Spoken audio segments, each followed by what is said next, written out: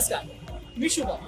चूल आणि मूल या वाक्याचा आदर करत आज महिला प्रत्येक क्षेत्रात आपलं स्वतःचे स्थान पाहतो. एकीकडे असं चित्र असताना दुसरीकडे मात्र महिलांना विविध समस्यांना सामोरं जावं लागतं. आणि ह्या महिला दिनानिमित्त तिची स्टोरी हा स्पेशल व्हिडिओ आपण करतो. चला तर मग महिलांच्या मनात एकदा चाललंय काय पाहूया तिच्या स्टोरी. सुरुवात करूया आजच्या आपल्या कार्यक्रमात. नमस्कार. सर्वप्रथम तुम्हा सगळ्यांना महिला दिनाच्या खूप खूप शुभेच्छा. सगळ्या महिलांना हेच सांगेन की स्वतःवर प्रेम करा, स्वतःला विसरू नका. फाशी तर दिलीच पाहिजे, पण थोडं तडपून जशी ती व्यक्ती तडपडली आहे त्यावेळेला तसं थोडं तडपून दिलं तर प्रत्येक महिलांमध्ये एक वेगळी पॉवर असते, एक वेगळी ताकद असते. महिला दिनानिमित्त मी सगळ्या महिलांना हेच सांगेल की do what your heart says, आणि मी त्यांना सगळ्यांना शुभेच्छा देईन. Happy women's day. नमस्कार. सर्वप्रथम तुम्हा सगळ्यांना महिला दिनाच्या खूप खूप शुभेच्छा. महिला दिनानिमित्त मी सगळ्या महिलांना हेच सांगेन की स्वतःवर प्रेम करा, स्वतःला विसरू नका, स्वतःला प्राधान्य द्या. तुम्ही तुमच्या दैनंदिन आयुष्यात सगळ्या परिवाराची काळजी घेत असता, पण स्वतःची काळजी घ्यायला विसरू नका. महिला दिनानिमित्त मी सगळ्या महिलांना हेच सांगेल की do what your heart says, आणि मी त्यांना सगळ्यांना शुभेच्छा देईन. Happy women's day.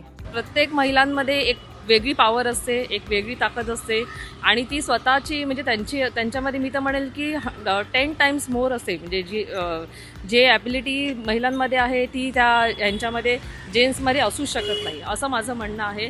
कारण मॉर्निंगपासून इव्हिनिंग रात्रीपर्यंत पूर्ण स्ट्रगल करत असतात त्या महिला, आणि त्यामध्ये ते पूर्ण म्हणजे त्यांचं कसं विल पॉवर सांभाळून, मुलांना सांभाळून, फॅमिलीला सांभाळून, सगळ्या गोष्टी सांभाळून ते सगळं मॅनेज करतात. जॉब मॅनेज करतात, घर मॅनेज करतात. कितीही कंटाळाला काहीही आलं तरी घरी गेल्यानंतर त्यांना त्यांचं जेवण बोला किंवा त्यांच्या ऑफिसमधले प्रॉब्लेम्स बोला, म्हणजे एकमेकांवरती ते हे नाही झाले पाहिजेत. ते बेसिकली ते सगळं मॅनेज करतात. म्हणजे ती एक मॅनेजमेंट जी टाईप आहे तीही महिलांमध्येच आहे. आणि इवन तुम्ही ऑफिसमध्ये पण बघाल तर मॅनेजर ह्या पोस्टला किंवा ह्याच्यामध्ये महिला खूप चांगलं काम करू शकतात, कारण त्यांना ते बेसिक स्किल त्यांच्यामध्ये आधीपासून आहे.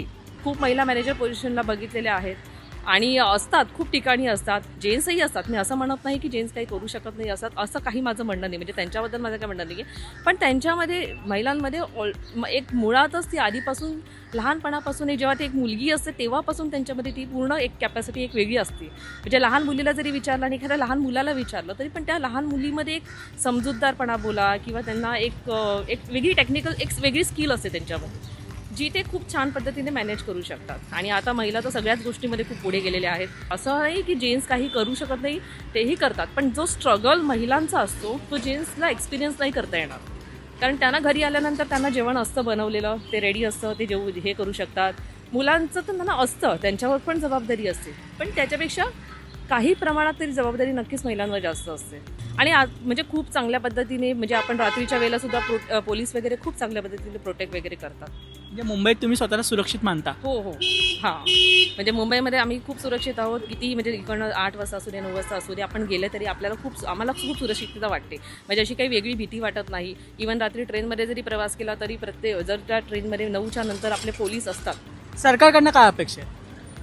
की हां, जे मेन तर तेच आहे, लेडीजसाठी जे अत्याचार वगैरे होत आहे त्याच्यासाठी उभे राहावे, ठामपणे निर्णय घ्यावे, आणि लाईफ टू डेथ असावी.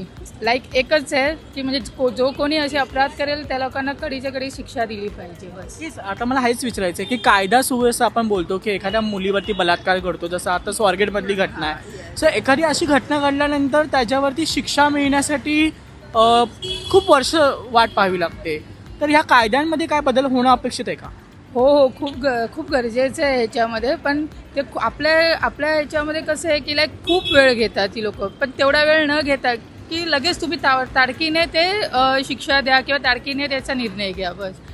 जास्त वेळ नका लावू. मतलब नाही मग त्या गोष्टी. तो काय अजून मजे करून घेतो, काय 1 रेप केला तरी तीच शिक्षा, 2 केले तरी तीच, मग तो फ्रीली फिरतोय. तर तसं नका करू.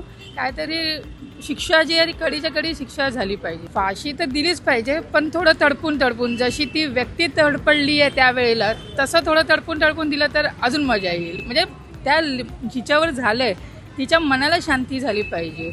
महिला सुरक्षेसाठी तर सांगेन की प्रत्येक महिलेने आपली स्वतःची सुरक्षा करावी. हां, ते आहेत स्ट्रॉंग, पण त्यासाठीही आपल्याबरोबर लोकही सतत राहतील. जसे पोलीस आहात, सगळे सतत राहतील असं नाही. आपल्याला स्वतःची सुरक्षा आपल्याला स्वतःला करणं गरजेचं आहे. त्यासाठी थोडे काय माणसं ओळखा, कोणाबरोबर राहता, कोणाबरोबर फिरता, ही माणसं ओळखणंही गरजेचं आहे.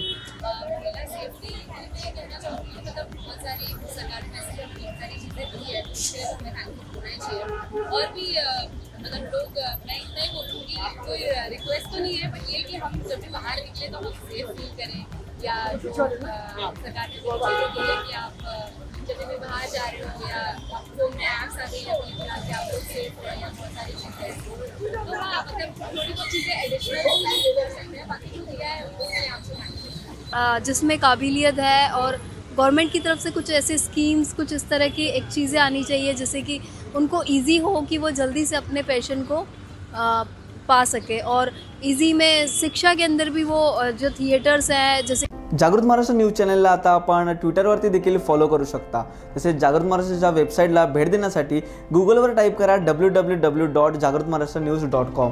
तसेच जागृत महाराष्ट्राला ट्विटर, इंस्टाग्राम, फेसबुक आणि यूट्यूबला फॉलो करा. तसेच बातम्यांना लाईक आणि शेअर करायला विसरू नका. धन्यवाद.